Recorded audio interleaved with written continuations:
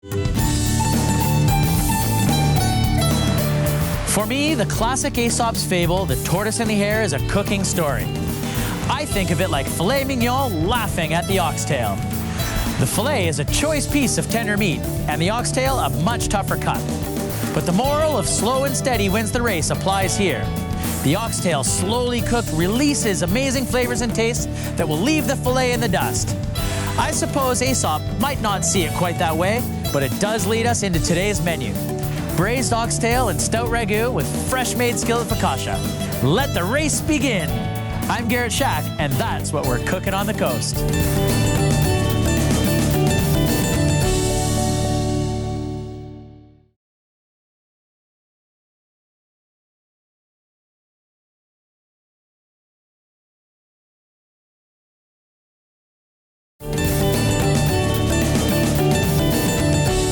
Today we're using fresh herbs to take our food to a whole other level. We're preparing braised oxtail with stout ragout and fresh-made skillet focaccia. Let's get started. Okay, lots happening on this episode today. So first thing we want to do is get started with our oxtail. Now, many people wouldn't even know what to do with oxtail, and so I should tell you right off the bat that it's a tougher cut of meat. As you can imagine, it is what it is. It's the tail piece. You can kind of see here, we could probably put it back together and have it wagging, but people may not like that on the show, so we won't do that. But anyway, we want to season it up, a little salt and pepper, and then we're dredging it in flour. This is going to help our sauce get a little consistency. And we want to make sure we get all sides all seasoned, nicely floured. And that'll create a nice brown crust on there for us. There we go. So braising is the key to this dish. Again, we're using a tougher cut. As you can imagine, the tail probably gets a lot of work out there, as opposed to maybe the tenderloin that isn't quite as busy. But we need to braise this low and slow over a long period of time. Now we've got a pot going over here already. It's got to be fairly deep because we're going to cover this oxtail. Start with a little oil in the pan, enough to cover the bottom. There we go. I'm going to work with a little bit of heat here. We're probably going like medium heat and then into our pan. There we go. More nice pieces. Now there's lots and lots of collagen in these tail pieces, which is what's going to give our sauce this really rich, thick flavor. It's going to be amazing. I love braising meats, short ribs, oxtails. It's all fantastic. Now while that's going, we're also making skillet focaccia today. So we want to make sure we bloom our yeast. So that's the first thing we need to do. And we'll work right over here. We've got some yeast here and some warm water. We don't want it too hot. We don't want to kill the yeast, but we want it warm enough that it starts to activate it. In it goes. That's good. And then some sugar. The yeast wants to eat. You got to give it something to eat. So we put in some sugar. And now we're just going to give that a little stir. Just like so. And we'll let that start to activate. Basically, we're waking up those little yeast bits in there, and that's what's going to help our focaccia rise. Let's have a look over at our pan here again. Just want to keep a close eye on it, making sure we're flipping these guys over as we go. Kind of browning up all sides, letting them cook a little bit. And at the same time, we're going to go ahead and add some Mirepoix. So we have carrots, celery, and onions, kind of the base flavor for any braising dish. Put those guys in there. Lovely. We have some tomato paste here. I'm gonna get some of that in there as well. Tablespoon and a half or so, perfect. And some flavoring. So what we wanna do here to flavor this, we mentioned some fresh herbs, beautiful fresh bay leaves. Definitely buy fresh. I mean, if you're in a pinch and you need to use the dry, by all means, but the fresh stuff is just so fragrant and it really will add a different element to your dish. Thyme. We've also got some peppercorns here.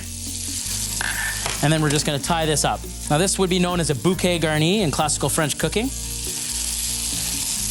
We just tie it in some cheesecloth, and basically what this is going to do is allow us to flavor our dish and then get the ingredients out afterwards. Like you wouldn't want to be eating whole peppercorns, right? So we flavor it up this way, and then we can just take this satchel out afterwards. Tie it up. There we go. Make sure you tie it nice and tight because, like I said, picking those peppercorns out afterwards is going to be a bit of a challenge. All right. Now we'll just set that into our pan here as well, sizzling away nicely. Little trick you can do is just tie it onto the pot here. Tie it onto the pot nicely. And that way you don't lose the string and it's easy to pick out afterwards. Okay. have a check on our yeast here. It's looking good. Now, like I mentioned, the braised oxtail, I'm bouncing around a little bit here because there's a lot going on. We're using stout as our base ingredient. So we got stout and then some stock. So we've got a delicious dark chocolate stout here. Just get that right in there and really get this braise going. So braising is basically a French cooking technique that incorporates two styles of cooking. Dry heat, which is what we were just doing, and that's where we get that nice sear on with just oil, and then we apply wet heat, which is this chocolate porter here. So probably got about half the bottle in there, and guess who gets the rest? Yep. And then some beef stock. If we were to use just stout, it would be a little too bitter, so in that goes. Lovely. Perfect amount. And then we want to add a few olives, just because it adds some interesting flavor. There we are. And we'll just quickly chop up some mushrooms. They can be rough chopped. They're going to cook for quite a while in there. Literally, this braise is going to take us probably about close to 5 hours worth of cooking, okay? Low and slow is the key here. But yeah, 5 hours worth at about 300 degrees once this comes to a simmer. Okay, let's leave that for a second and turn our attention to the focaccia. In the bowl here, I've got my flour. You can see that our yeast has bloomed. Hopefully you're catching that on the camera there. It's got started to foam up top. So that means that our yeast is nice and active. If you don't get any action on top, the yeast has probably died and you should get a fresh packet. Okay, so in we go. I want to make sure we get all that yeast. In it goes. A little olive oil. There we are. And then we just get in there and start mixing. This is a great thing to do by hand. I love doing bread at home. Just such a wonderful, wonderful part of cooking. Mix it all together, incorporate it nicely. Starting to come together, looks great. Folding it onto itself. You'll see when it's ready, it'll start pulling everything away from the sides. And then we'll dump it onto our bench, and then we can really get our back into the kneading here. Okay, let's take this, get it out onto our bench. Very nice. All right. Whew. Told you there was a lot going on in this show. So we're gonna let we're gonna let our oxtail ragout come to a simmer. And then we're gonna put a lid on it and pop it into the oven for, like I said, about 5 hours, 300 degrees. Meanwhile, I'm gonna continue kneading this, and you guys are gonna go off for a break. We'll be back later in the show to pull together our braised oxtail and stout ragout with fresh made skillet focaccia. But first, following the break, we're heading out on the road. You'll wanna stick around for that. All right, this is where we get a workout here.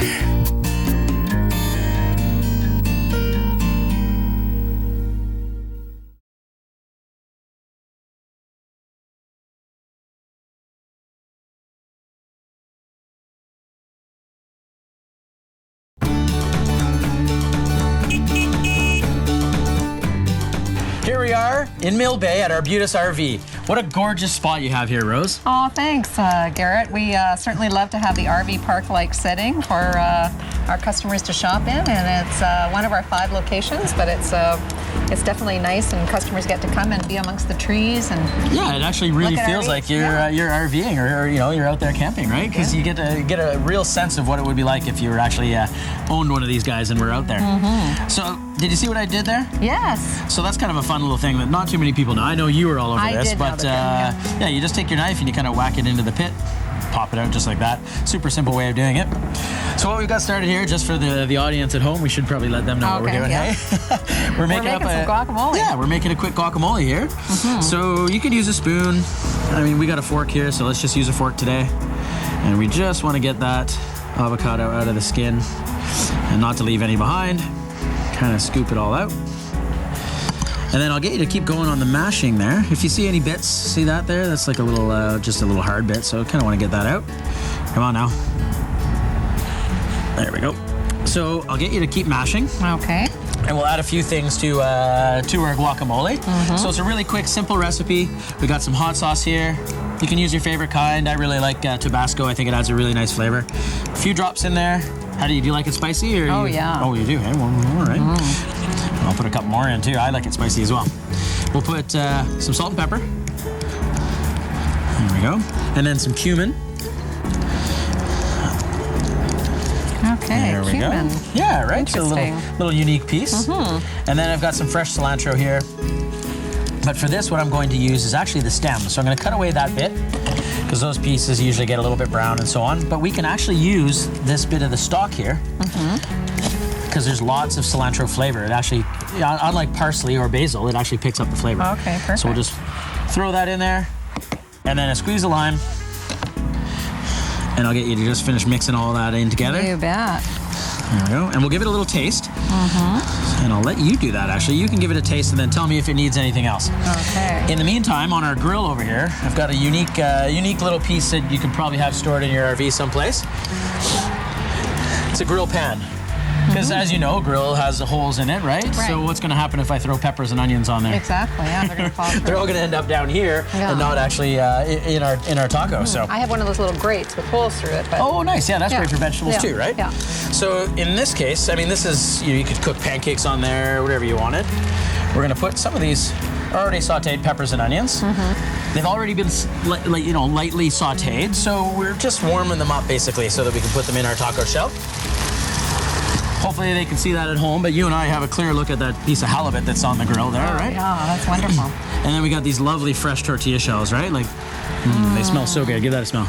Oh, yeah. And we want to put them, you can put them on the pan with the peppers and onions, or you can put these directly on the grill. Either way works. Yeah, those should be fine on the grill, too. Yeah. Let's have a look at our halibut here. Do you like grilled halibut? Oh, who doesn't? I know, right? Pretty hard to beat, isn't it? Oh, yeah, that looks great. I think it's cooked as well. Let's get that off. There we go. And once these are warm, flip them over. We'll build our tacos, and you did how did it taste? Oh, it tastes really good. Yeah, do we need anything else? Does it need a little tweak? I would put a little more hot sauce in there. Well, let's not be shy, right? We're here. Spice it up. Yeah, it is you and I going to be eating it, right? So there we go. Yeah, the cumin added a really nice flavor to it as well. Yeah, it's interesting, and you find cumin all over Mexican cuisine, right? So there we go. Let's grab these taco shells off.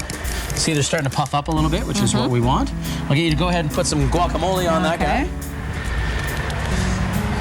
Lovely.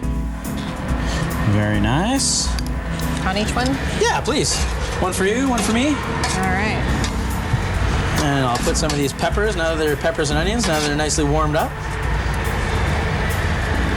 Doing a good job there. Thank you very much. Okay.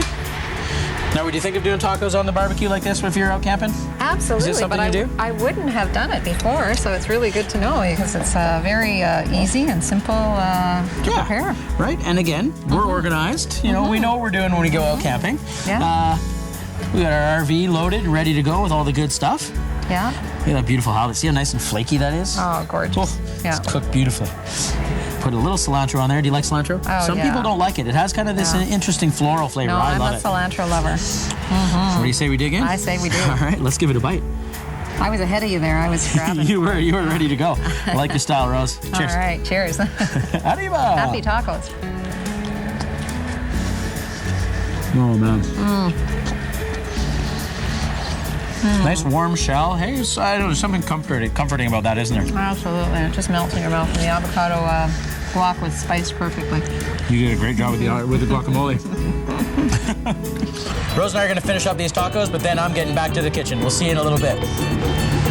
Man, these are great. I mean, this is camping to me. This is camping.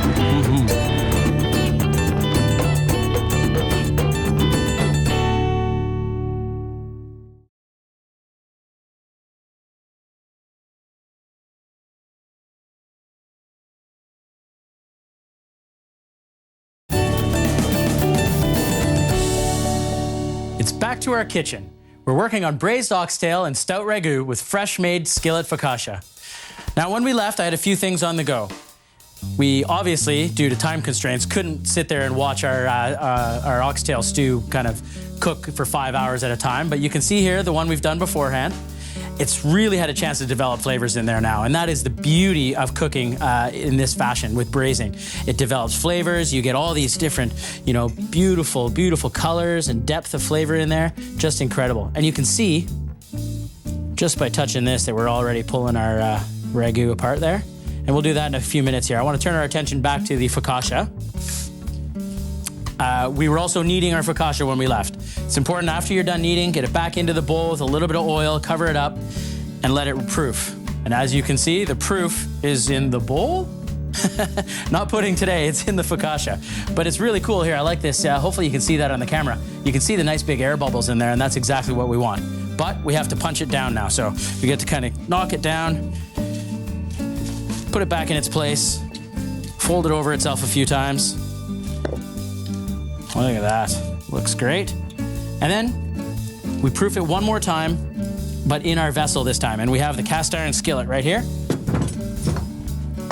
Okay, we're gonna let that sit in our skillet, just like that, kind of fold it out or push it out so it hits all the sides. At this stage, we wanna put on some of our flavorings. We got some sliced garlic here.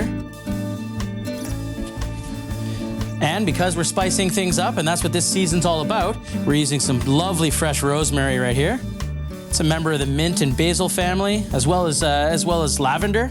If you're out there and you see lavender without the flowers, looks incredible. It has very similar needles to the rosemary. So just a quick rough chop, nothing too serious, kind of like that. Sprinkle that on. Some fresh chili. We want that heat, spicing things up here today. A little bit of heat on there. There we go. Spread those out nicely. Some really nice coarse salt. There we go.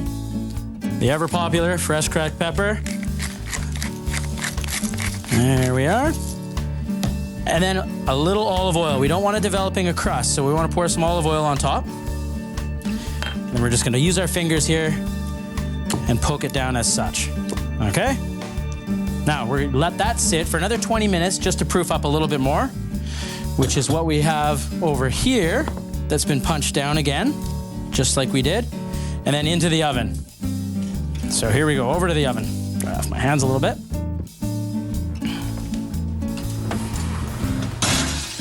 Whew. Smells incredible. Like that rosemary just releases this amazing smell. Fresh herbs, hard to beat. Look at that. Golden brown, looks spectacular. You want to tap on it a little bit. And if it sounds hollow, it's a pretty good indication that the rosemary focaccia is done. There we are, look at the bottom of that, looks great. So you want to pop it out fairly quickly. If not, the condensation will form underneath and it'll get a bit soggy on the bottom. So pop it out, put it on a bread rack if you can, or just like that will work for now. And then let's have a look at our ragu. Using a couple of forks, we're gonna want to pull as much meat as we can off the tailbone here. Okay. Now it's had a chance to cool already, so I can get in there with my hands. It's still warm, but we can get in there with the fingers and just get all of that off. And I'll show you, it's really neat. You end up with what looks a bit like a vertebrae, but there's so much flavor in here. It's incredible. All right, this is where the ragu portion comes from, because we're gonna make this really rich, thick sauce that only comes from braising. You don't get this on a barbecue or on the grill. This is slow cooking at its best. All right, get the rest of these off. You can see just how tender it is. It's just peeling away through my fingers here. Incredible. There we go.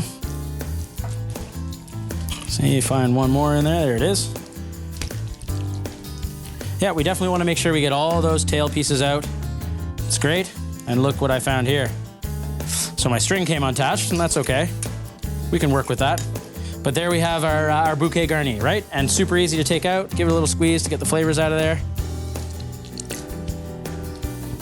And then we can discard that. Let me just give my hands a little wash off here. And we can get ready to go to the plate with this dish. I'll move these out of the way. Let's have a look here. So still nice and warm. You can see the olives in there, the mushrooms, all that meat, super tender, just flaking away. Let's go over to our plate here. And you could easily serve this over some mashed potatoes. Polenta would be great. Look at that. Now here we have an inexpensive cut of meat, the oxtail. That's the star of the show. You don't have to go out and spend piles of money on really expensive cuts of meat to have an amazing meal. And this focaccia here, I would just tear it. Look at that. That turned out beautifully. See the nice bubbles in there? It's light, still fresh. I can't resist. Let's dip it in here and see how it goes. Yeah. So good. Beautiful. Oh, pardon me. It's gonna be hard to resist eating this before the beverage pairing. There you have it. Braised oxtail and stout ragout with fresh made skillet focaccia. So good. What better way to reward ourselves after that low, slow cooking than with a great wine? Today with me is Desiree from Church Estate Winery. Hey, Desiree, how are you? Hi, Chef. Thanks for having me. Hey, my pleasure, my pleasure. Anybody that brings wine to the show, I'm happy to see, for sure. Yeah, sounds great. Yeah. What did you bring today? So today, this is a 2014 Merlot of our Signature Series. Nice. It's a nice, full-bodied red wine. Oh, looks it. Very nice. I understand Church Estate is doing really well globally. Absolutely. This wine is winning all sorts of international awards. It's our highest points is 98 so far, which is Wow, a that's knockout in fantastic. international competition. Yeah, absolutely. So, Let's give this a little. Let's give this a little taste here. I think it's going to work really well with the stout ragout there. Oh, I think so. Yeah. Wow, that's fantastic. That's great. You're right. Like really nice and bold. Some fruit flavors in there. Absolutely. A little bit of cherry, raspberry. Yeah, grab your fork and give it a whirl. please. Let me know what you think. Oxtail's wow. so tender, eh? Let's try it out here. Yeah, that's fantastic. See how you did?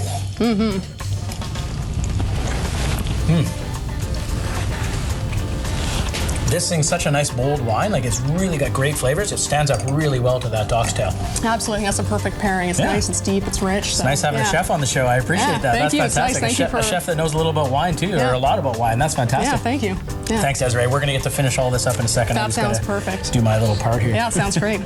Check out our website where you'll find more information on today's show and maybe a few surprises. I'm Garret Schack. Thanks for watching, and don't forget to savor the flavor.